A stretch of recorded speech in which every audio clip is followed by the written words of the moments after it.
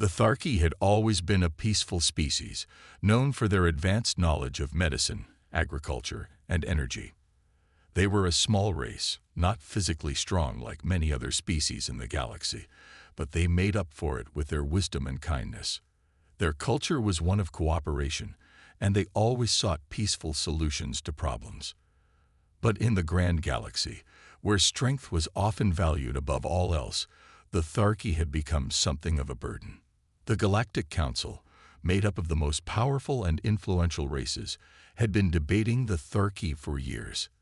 Their world, once a beautiful and thriving planet, had begun to suffer from a lack of resources.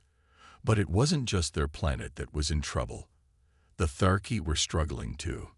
Despite their intelligence, they couldn't keep up with the fast-paced, competitive nature of galactic politics.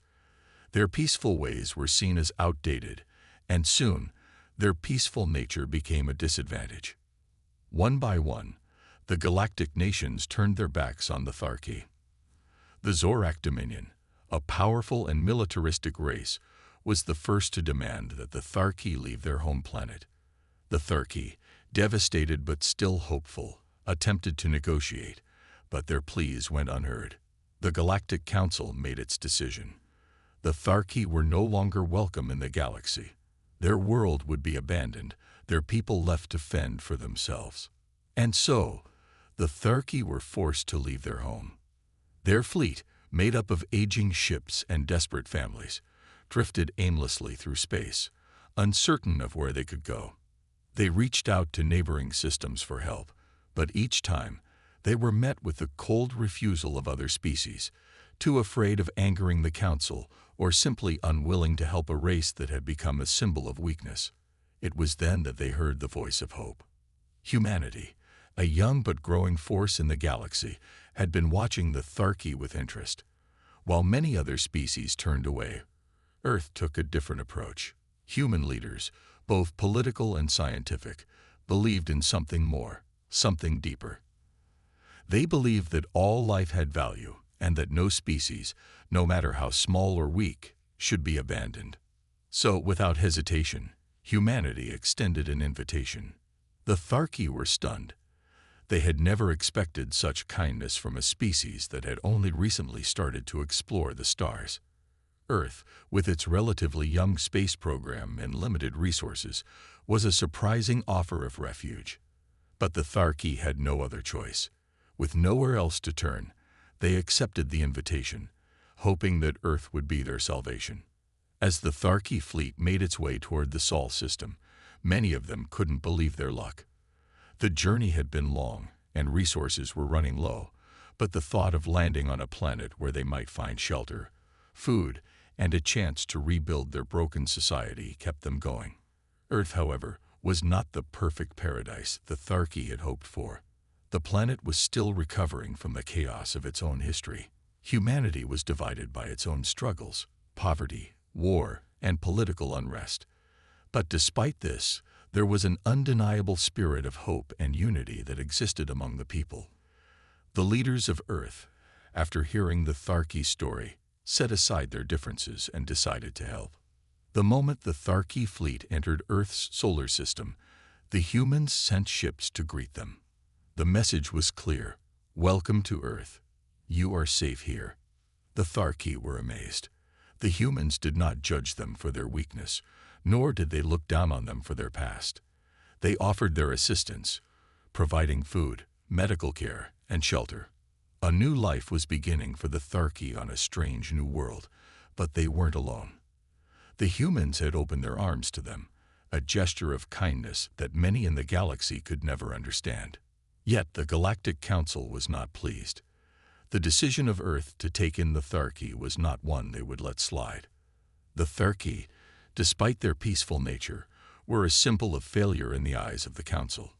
Earth's actions were seen as dangerous and rebellious, but no matter how many threats came from the stars, humanity stood firm. They had made a promise, and they would keep it. For the first time in a long time, the Tharki felt hope. They were not alone. They had found a new home, and they had found new allies in humanity. But as they looked up at the stars, They knew that the galaxy was not going to let this act of kindness go unchallenged. The Tharki fleet finally entered Earth's solar system, their worn-out ships glowing faintly against the vast darkness of space. After months of traveling through unknown stars, they had reached the planet they had hoped would offer them safety. A planet they now knew was far more than just another world in the galaxy. It was their last hope, and they weren't sure what to expect.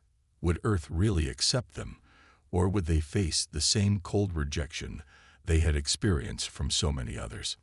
As they approached Earth, the sight of the blue and white planet brought tears to many of their eyes. For the first time since their exile, they could feel a sense of calm. But there was still uncertainty. They had been rejected by the galaxy's most powerful races, so how could a young and developing world like Earth truly help them? The Tharki's questions were soon answered. Human ships, sleek and efficient, appeared from Earth's orbit, moving toward the incoming fleet. The humans sent no threats, no weapons, just a message of peace. On the ship's monitors, the Tharki saw faces, not cold, alien species. There was kindness in the eyes of the humans who greeted them. Earth's people had seen the suffering of the Tharki and chosen to act. The communication between the two species was not perfect at first. There were language barriers and cultural differences to overcome. But despite this, something incredible began to happen. The Tharki and the humans understood each other. Both races shared a deep sense of empathy, a desire to help, and an understanding that their survival depended on cooperation, not conflict. The first humans to meet the Tharki were scientists and medical experts. They offered to help the refugees in any way they could.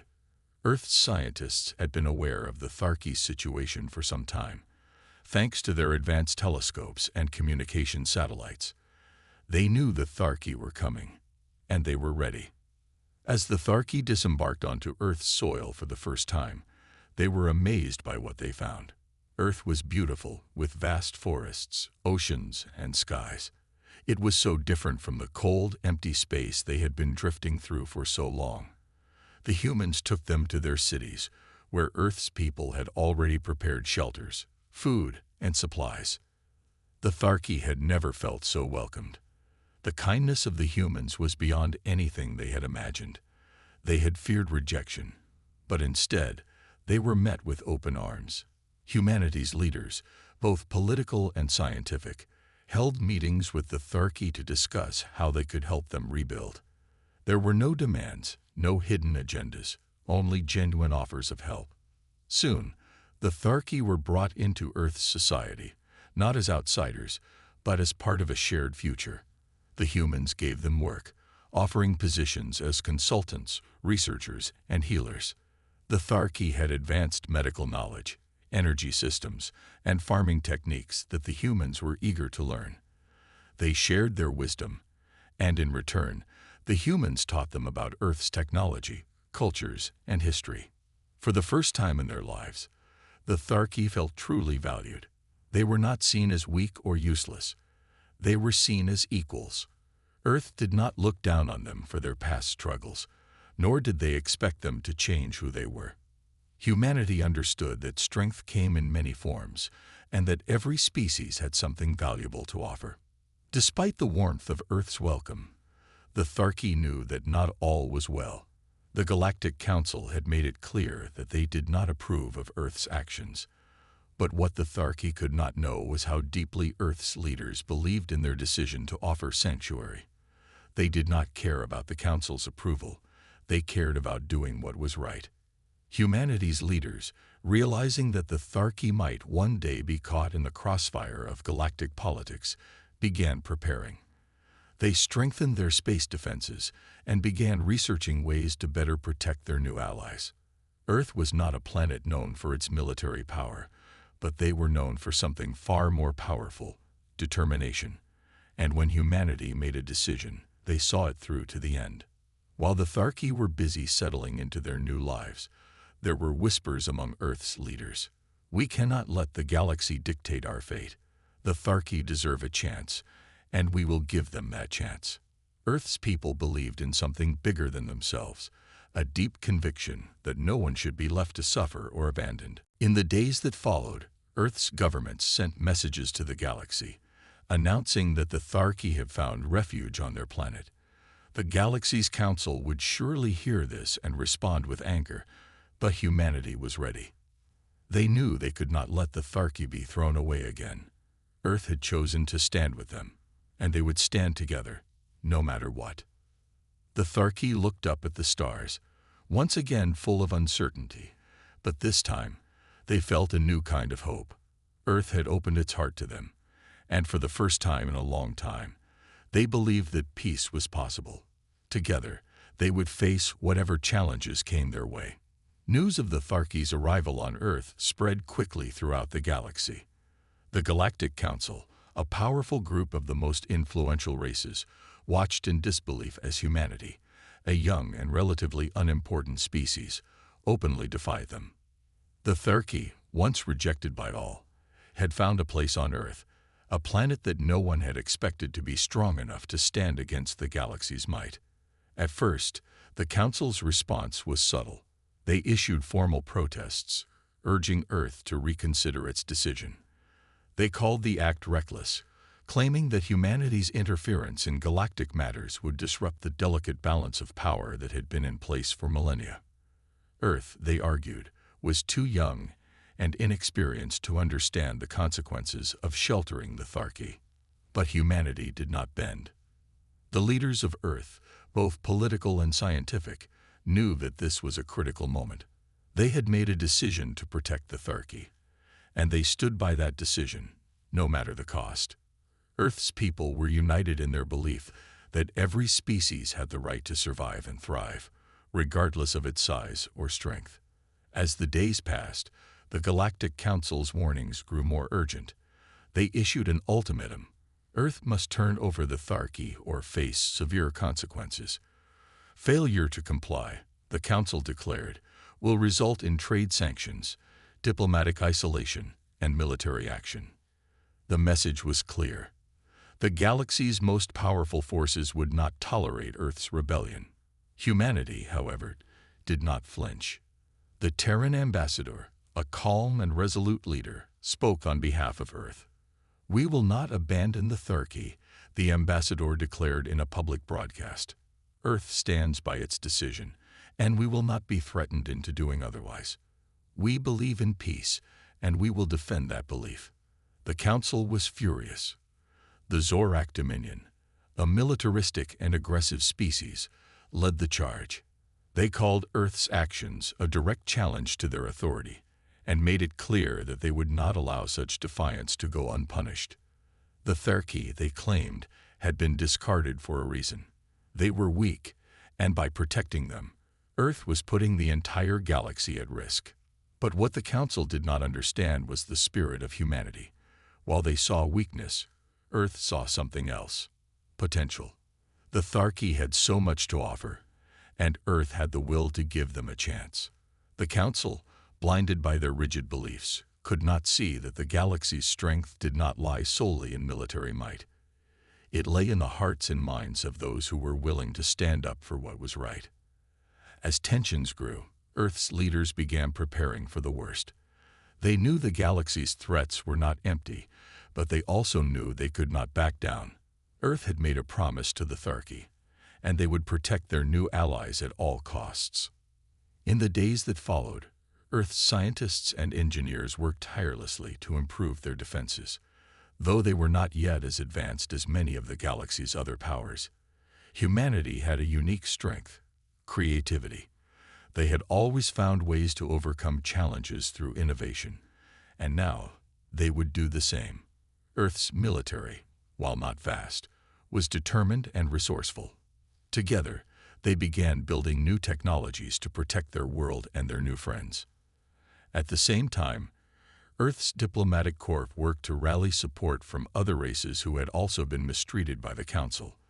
Though many were still fearful of the consequences of defying the galaxy's powerful leaders, there were those who began to see Earth's stand as a symbol of hope. The Tharki's plight was not unique. Many species had been pushed aside, their voices ignored in favor of the strong and the powerful. But Earth's willingness to stand against the Council had sparked something in them, a desire to fight for their own rights. One by one, whispers of support for Earth began to grow. Some races, who had long been overlooked, began sending messages of solidarity, secretly offering assistance. Others, who had previously kept to themselves, began to speak out against the Council's treatment of the Tharki and other lesser races. The galaxy, once united in its power, was now divided. Earth's defiance had opened a crack in the Council's carefully constructed order. Still, the Council remained unyielding. They demanded that Earth comply with their orders and hand over the Tharki. But Earth's leaders stood firm. "We are humanity," the ambassador said, "and we do not turn our backs on those in need. We will not let the galaxy decide who deserves to live and who deserves to die." The stage was set. Earth had made its choice, and now it would stand strong against the galaxy's might. The Tharki, once abandoned, had found a new home, and Earth would protect them, not out of weakness, but because it was the right thing to do. The galaxy would soon learn that Earth was not a planet to be underestimated. When humanity made a decision, they stood by it, no matter the cost. The galaxy's anger was growing. The Zorak Dominion, leading the charge against Earth's defiance, had made it clear they would not allow humanity's interference.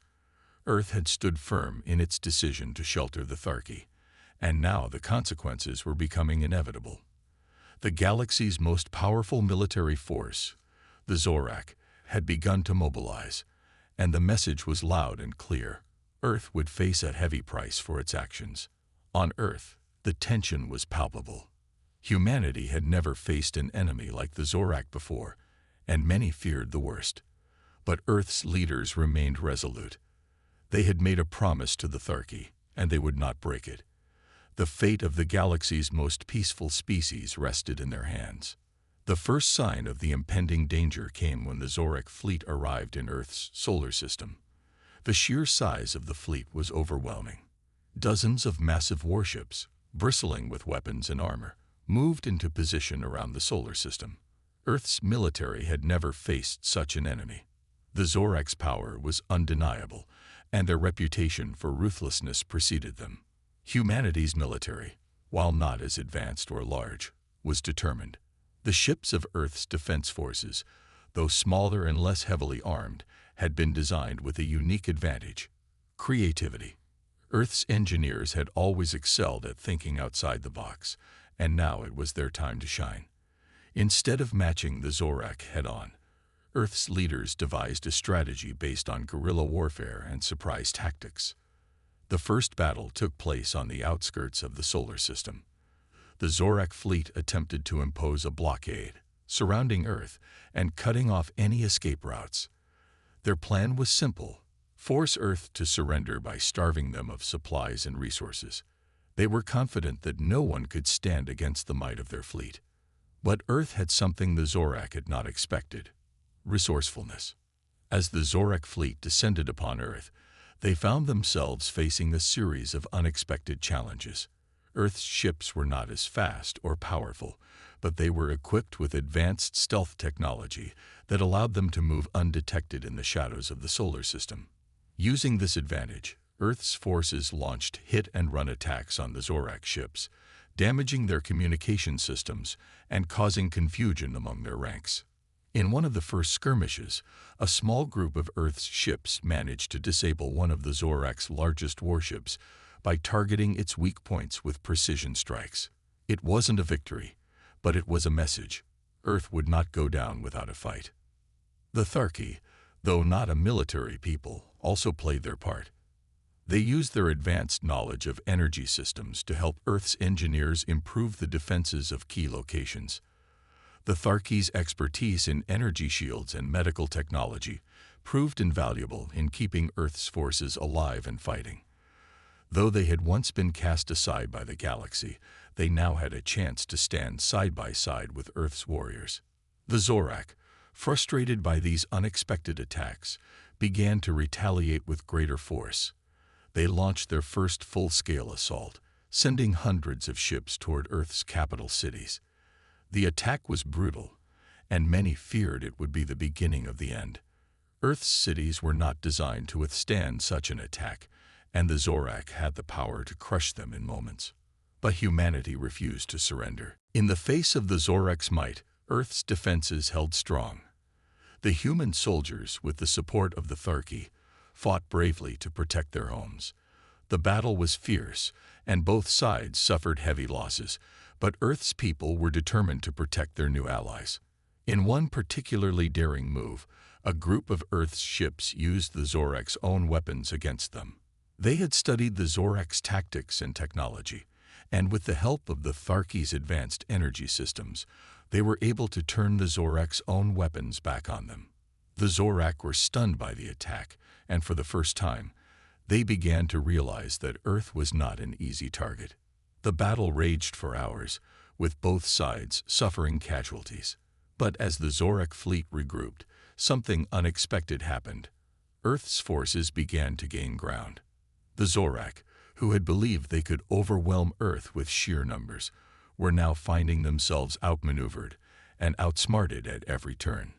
Earth's creative tactics, combined with the courage of its people, had begun to turn the tide of the battle. In the final moments of the battle, as the Zorak fleet began to retreat, the Tharki played a key role in weakening the enemy's energy shields. They had used their knowledge of energy systems to find a way to disrupt the Zorak's technology, creating a path for Earth's forces to launch a decisive strike.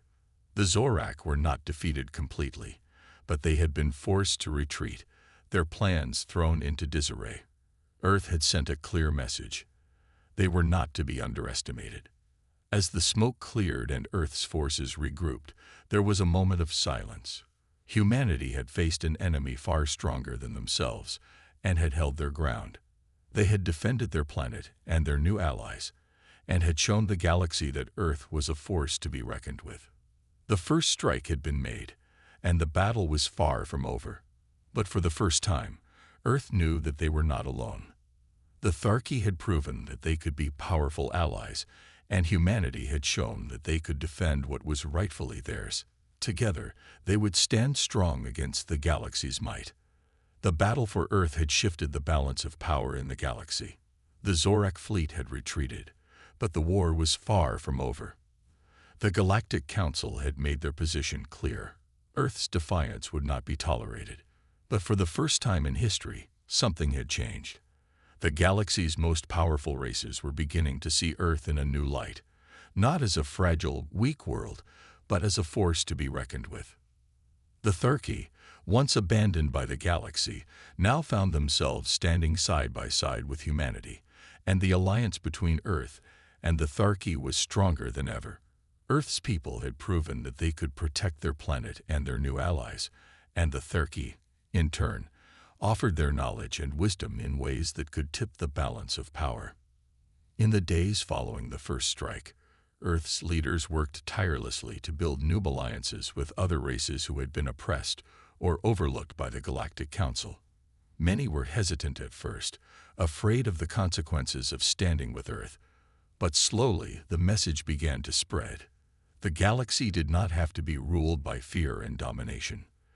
The Tharki had shown what was possible when a species was given a chance, and Earth had proven that even the smallest among them could stand up to the most powerful forces in the universe. But Earth knew that to truly survive, they needed more than just alliances. They needed to be prepared for whatever the Council would throw at them next. Earth's leaders turned to their greatest strength, innovation. Working together with the Tharki, they began developing new technologies and strategies that would help them face any threat. The Tharki, with their advanced knowledge of energy systems and medical technologies, became crucial allies in Earth's fight for survival. Their energy shields were improved, and their medical expertise helped heal the wounded after each skirmish. But it wasn't just their technology that made the difference, it was their spirit. The Tharki, once downtrodden and forgotten, now stood as equals with humanity, fighting not just for their own survival, but for the future of all species that had been cast aside. Meanwhile, the galaxy's council was not idle. They were furious at the failure of their first attempt to crush Earth's resolve, and they knew that they could not allow the Earth-Tharki alliance to grow any stronger. The Zorak, bruised but not beaten, had returned to their homeworld, where they began rallying their allies. The Council was now united in its resolve. Earth must be made an example of, or the galaxy's order would be shattered forever. But Earth had prepared. While the Zorak regrouped, Earth's military continued to grow stronger, and the alliance with the Tharki proved to be an invaluable asset. The small, underdeveloped world that had once been a target was now beginning to rise as a power in its own right. And with the growing support of other oppressed species, Earth's influence began to spread. But there was still one challenge that Earth had not yet faced: the silent resistance. The Galactic Council was not the only power in the galaxy. Beneath the surface, there were whispers of those who had long suffered under the Council's rule, those who saw the growing strength of Earth and the Tharki, and knew that their time had come. These were the silent voices, the oppressed races who had been ignored by the galaxy's rulers, but who now saw an opportunity to change their fate. Among these voices were the Moran, a peaceful race who had lived for centuries under the Council's thumb, as well as the Vrak, a species with unparalleled knowledge of weaponry and combat strategy. The Moran had lived in the shadows, hidden from the Council's gaze, but now they saw the chance to emerge from hiding and fight for their freedom. The Vrak, once loyal to the Council, had begun to question their allegiance after witnessing the strength and courage of Earth and the Tharki. These silent allies reached out to Earth, offering their support and resources. They knew that the galaxy's council would never accept them as equals, but they also knew that with Earth's leadership and the strength of the Tharki, they could finally stand up to the oppressive forces that had ruled them for so long. But Earth's leaders were careful. They knew that the galaxy's council would respond quickly to any sign of rebellion, and they had to act with caution. But with the addition of the Moran and the Vrak, the Earth-Tharki alliance grew stronger, and for the first time in centuries, the oppressed races of the galaxy saw a real chance at freedom. The war, however, was not over. The Council was preparing for a final strike, a strike that would crush Earth and the Tharki once and for all. But as the silent allies gathered in secret, and as Earth's military and technology continued to improve, humanity knew that they would not face this battle alone. Together, with the Tharki and their newfound allies, they would face whatever the galaxy's rulers sent their way. In the silence of the galaxy's farthest reaches, a new hope was born. A hope that one day the galaxy could be free from the Council's tyranny. Earth had stood up for what was right, and in doing so, had sparked a rebellion that would change the galaxy forever. The galaxy had never seen anything like it. Earth's small but determined alliance had grown into something far greater than anyone had expected. The Zorak, the Moran, the Vrak, and now the Tharki, all races that had once been dismissed as weak, overlooked, or oppressed, were standing together, united in a cause far more important than any one of them: the freedom of all races in the galaxy. The Galactic Council, however, was determined to crush this unity. They had underestimated Earth and its ability to rally others. Now they faced an army of determined individuals, each with something to prove, each with a story of struggle that made them unbreakable. The Council's leadership was furious. They had made every effort to maintain control, but the rise of this new alliance was something they could not ignore. On Earth, the leaders knew the time had come. After months of planning and gathering allies, Earth's forces were ready for the final confrontation. The Tharki had developed powerful new energy shields that could protect Earth's cities, and their advanced technology had made Earth's military forces stronger than ever. The silent allies, the Moran and the Vrak, had contributed their own resources, adding both numbers and wisdom to the cause. But the greatest weapon Earth had was not its military might or its technology. It was unity. As the united forces of Earth and its allies prepared for battle, the people on the ground knew that they were not just fighting for their survival. They were fighting for something far greater. They were fighting for the freedom of every race in the galaxy that had been oppressed by the Council. The idea of peace and fairness was now a reality they were determined to make happen. The Council, sensing that the battle for control was now inevitable, mobilized its entire fleet. Hundreds of warships, led by the Zorak, descended upon Earth. This time, there would be no retreat. The galaxy's rulers had made the decision to take Earth by force, to make an example of it. They would show the galaxy that no one could defy the Council and expect to survive. The battle began in the outer reaches of Earth's solar system. The Zorak fleet, massive and powerful, opened fire on Earth's defenses, but Earth's forces were ready.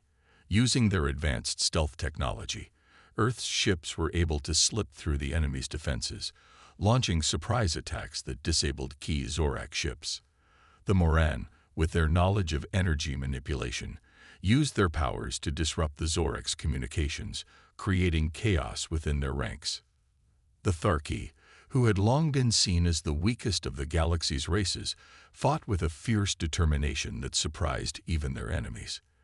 Their ships, equipped with advanced energy shields and weapons, were able to hold their ground against the Zorak warships. The Tharki, once abandoned by the galaxy, now had the chance to prove their strength, and they did so with pride.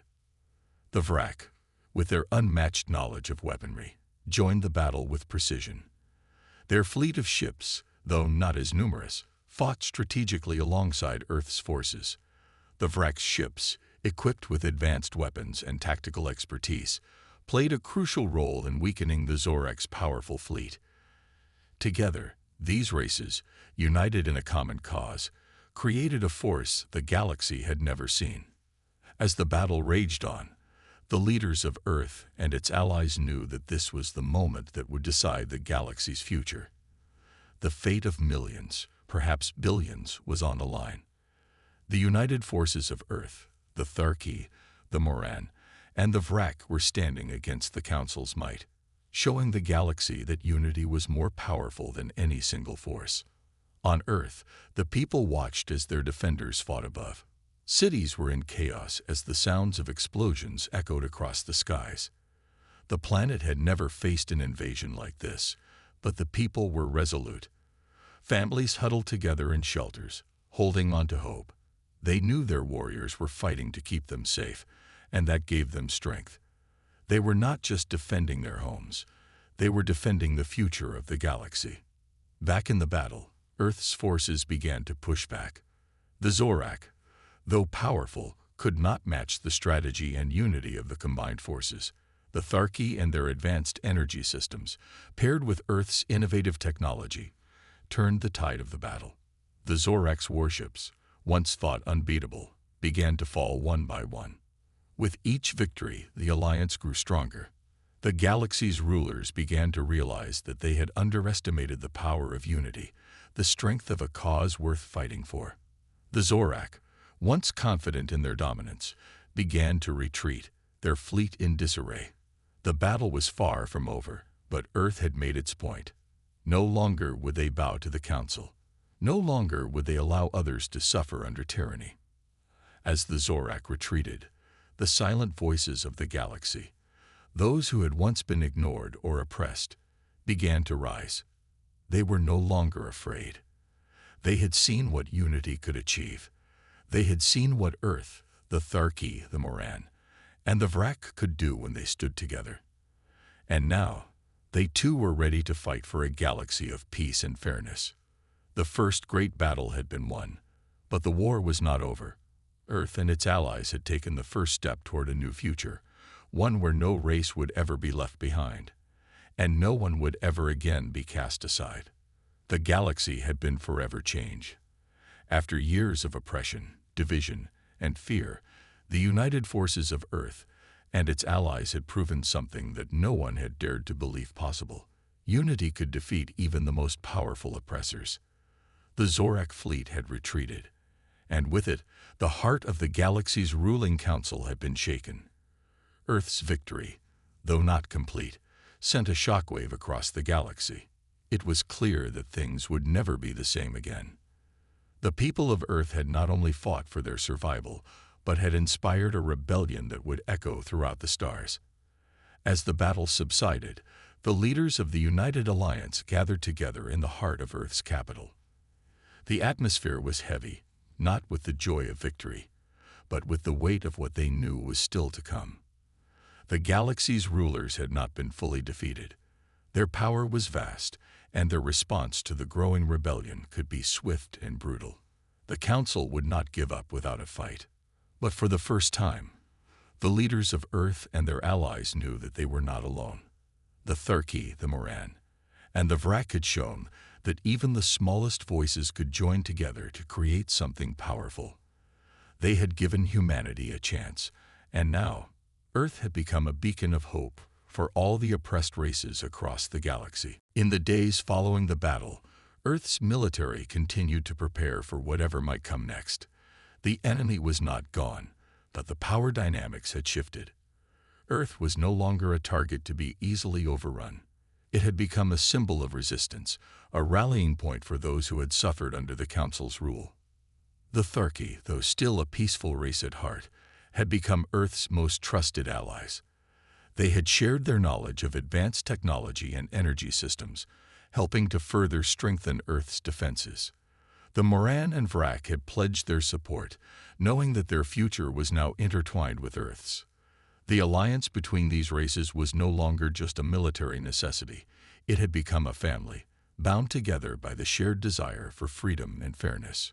While the leaders of the alliance worked to solidify their position, the people of Earth began to rebuild.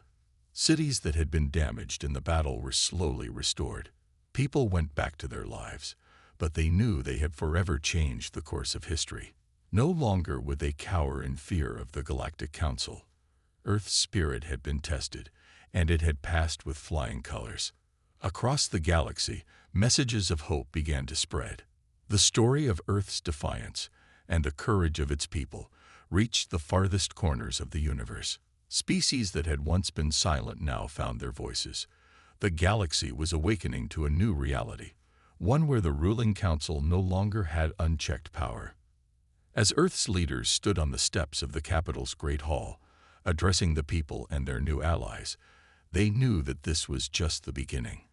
The path ahead would not be easy.